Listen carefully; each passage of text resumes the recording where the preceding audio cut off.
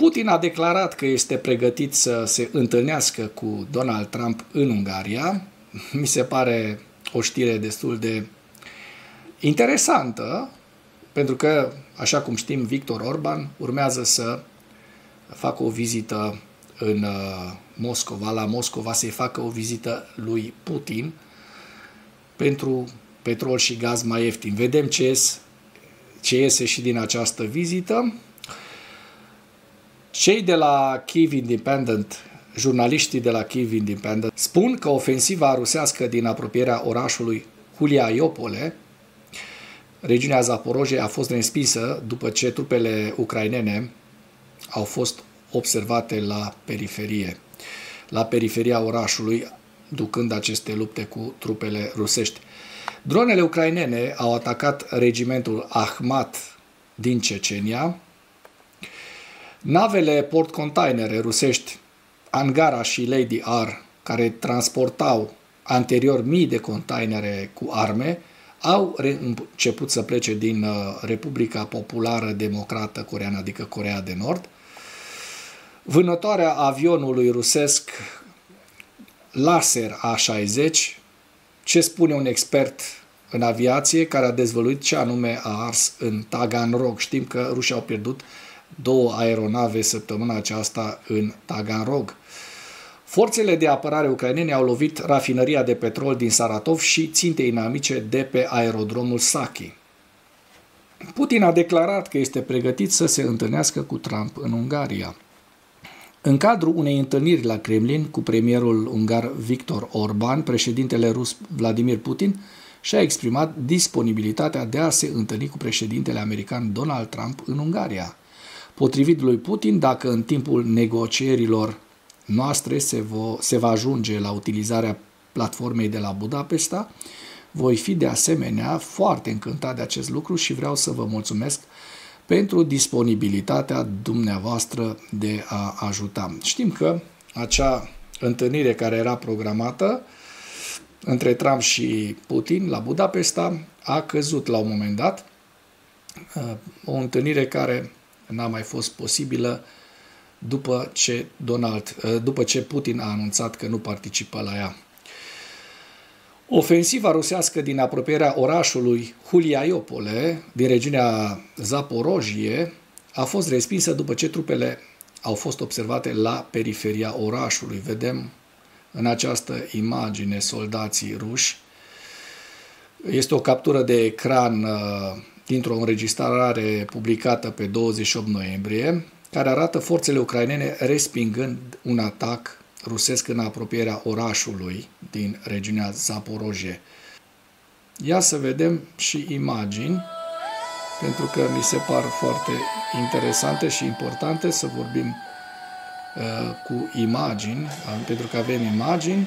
Iată, artileria ucraineană își face treaba, da?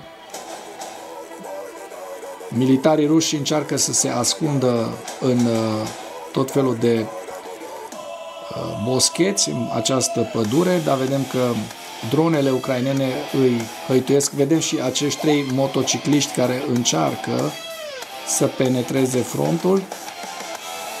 Da?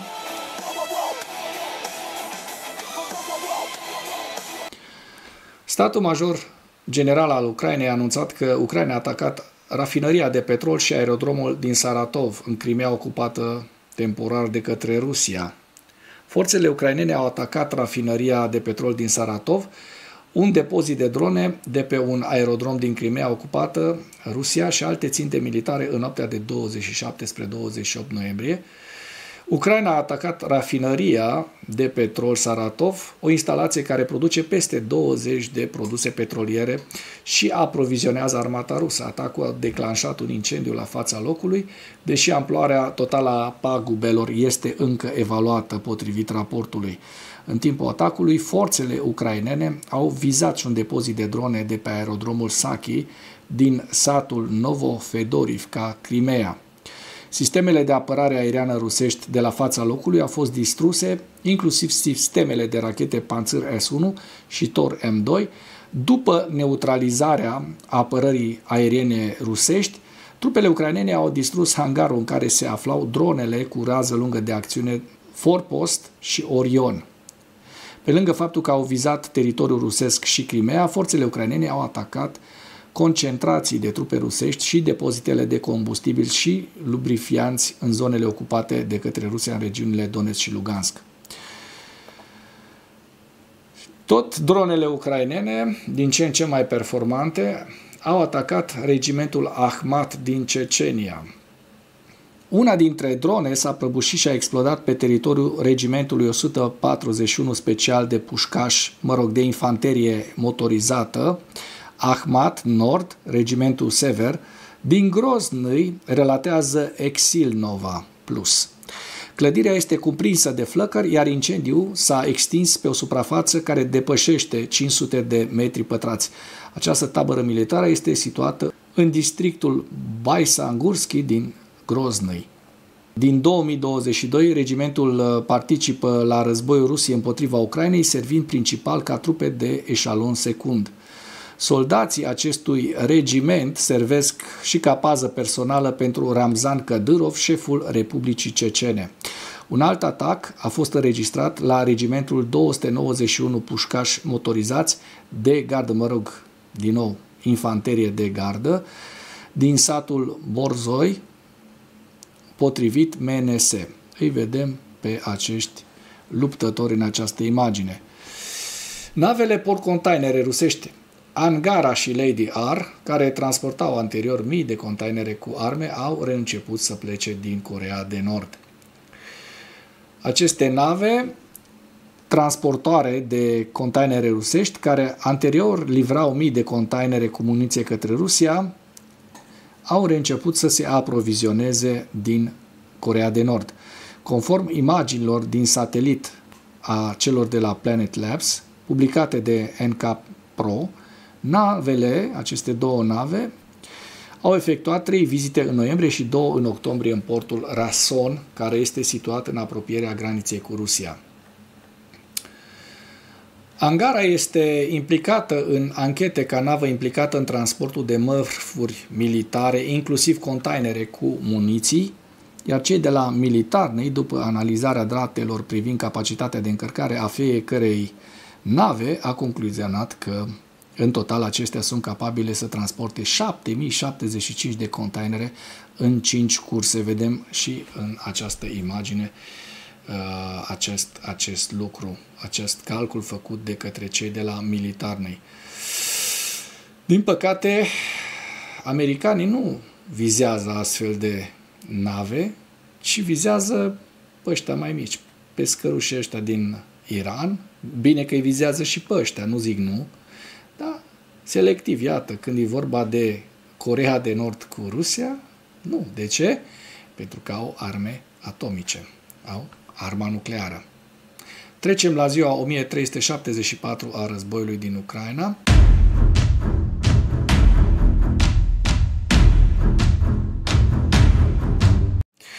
În ultimele 24 de ore, rușii au pierdut 1100 de militari, 7 tancuri, 15 vehicule blindate de luptă, 21 de piese de artilerie, ucrainenii reușind să doboare și 63 de drone.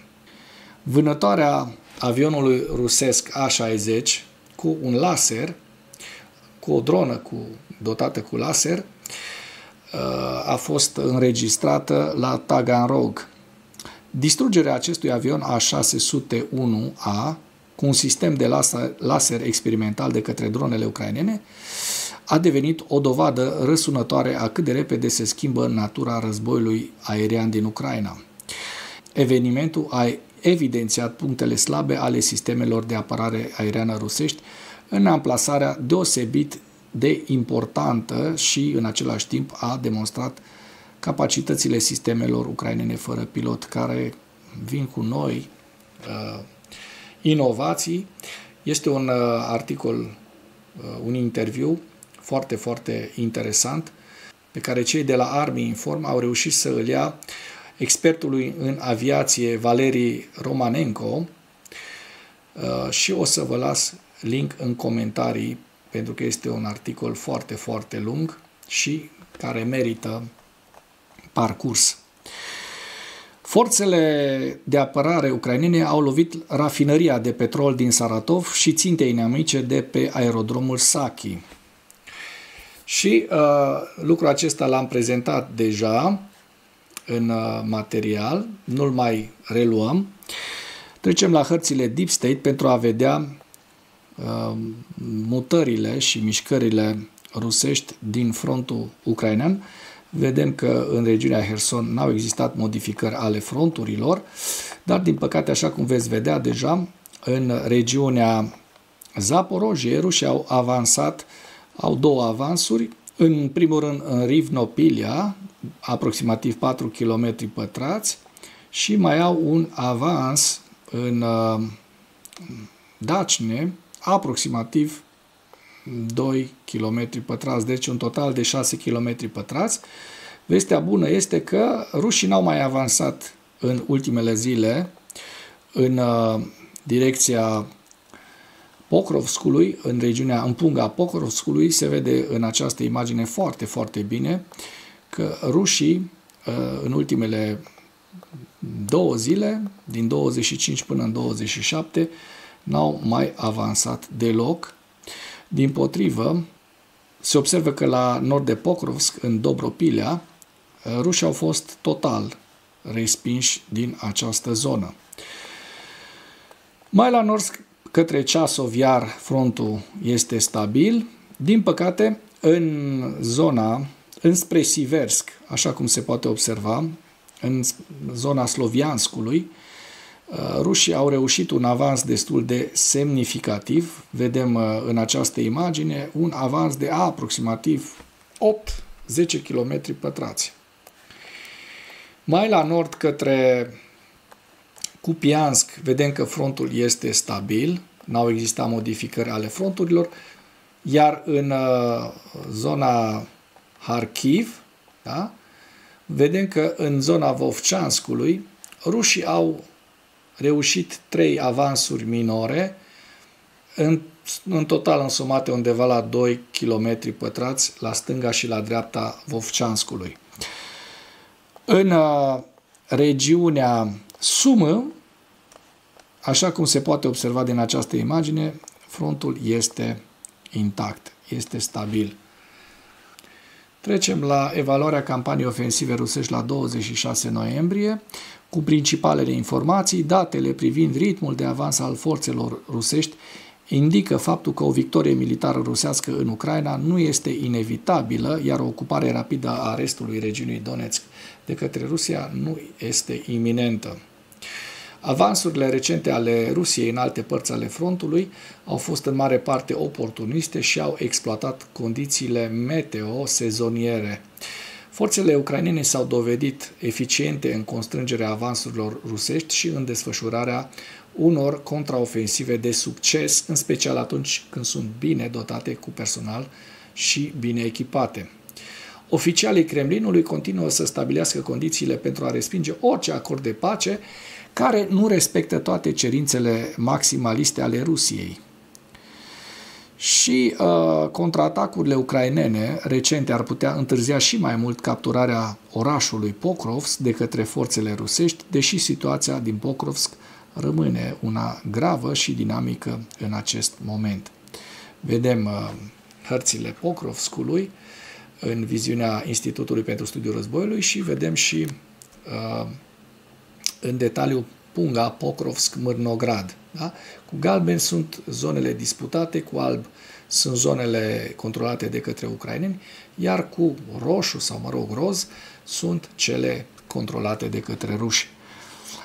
Campania de atacuri cu drone, cu rază lungă de acțiune a Rusiei ucide și rănește din ce în ce mai mulți civili. Da, sunt sute de civili morți și răniți, peste 500 de morți și undeva la 3700 de răniți. Iar la final facem așa o revistă a hărților Institutului pentru Studiul Războiului cu axa nordică Sumă, Kharkiv, Vovchansk, Lugansk, Kupiansk, orașul Kupiansk, da? Cu galben zone disputate, Borova-Lăman, Liman, Donetsk, Siversk, Kostiantinivka, Drujivka și axa sudică Zaporojie, estul Zaporojie, regiunea și Herson. Și cu acest ultim detaliu închei materialul nostru de astăzi cu îndemnul. Dacă ați găsit informații utile în acest videoclip, nu ezitați să-l distribuiți pentru a ajunge la cât mai multă lume. Mulțumesc mult!